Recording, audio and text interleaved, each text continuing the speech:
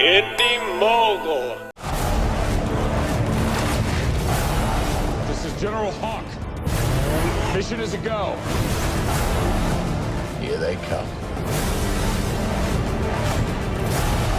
Go, go, go!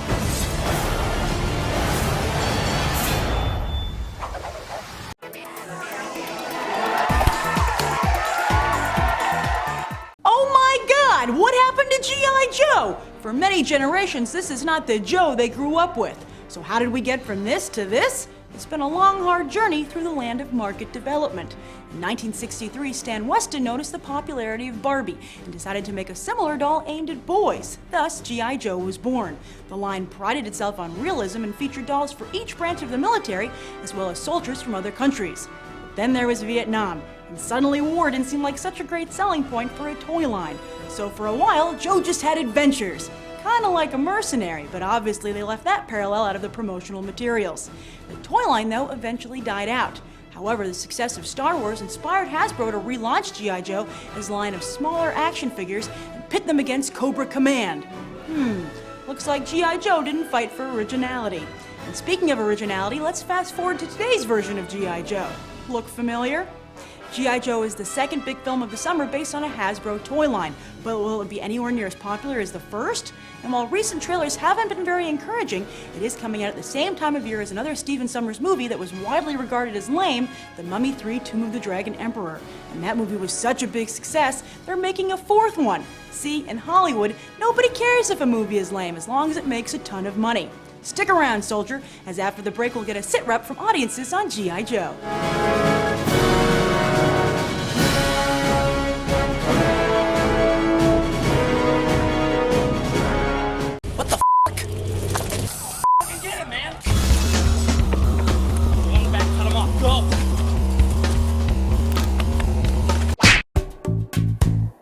G.I. Joe, is it bad?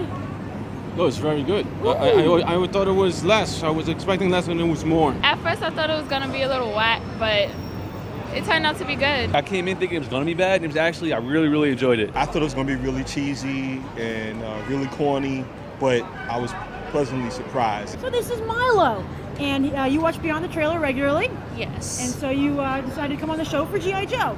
Oh, definitely, yeah. Why did you pick G.I. Joe? Because I was too late for Aliens in the Attic, so. Well, was it a good choice?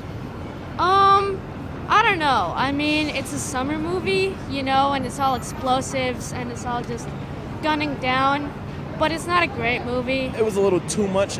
It was a lot of action, but sometimes a little bit too much, so. How does it compare to the other big movies of the summer?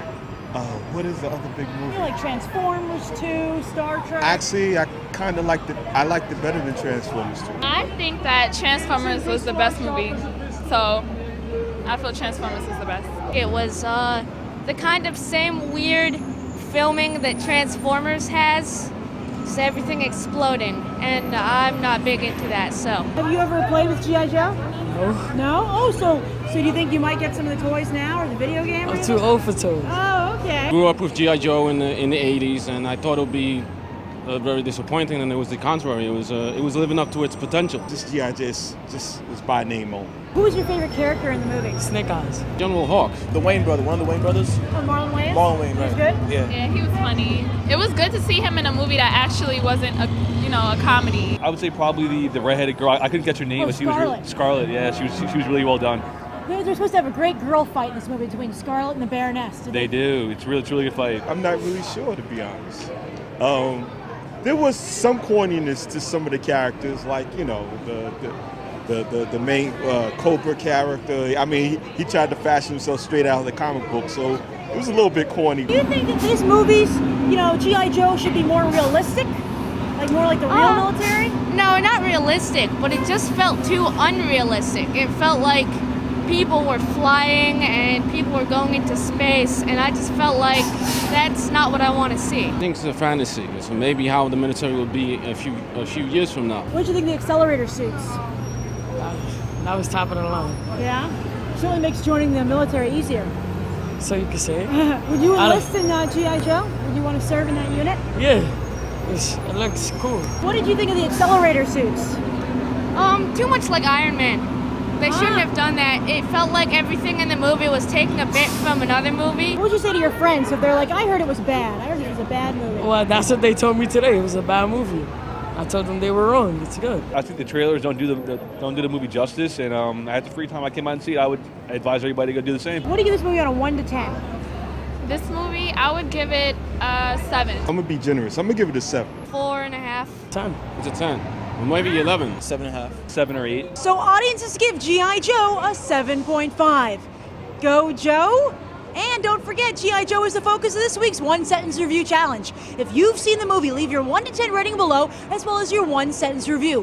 Whoever writes the best one will win a free pair of AMC movie tickets. I'll announce the winner on Sunday's episode of Movie Math. I'm Grace Randolph, and you've just gone Beyond the Trailer. I'm a very big Indie Mogul fan and a very big Beyond the Trailer, and subscribe and keep watching them, and everything they do is awesome. So. Couldn't have said it better, Milo.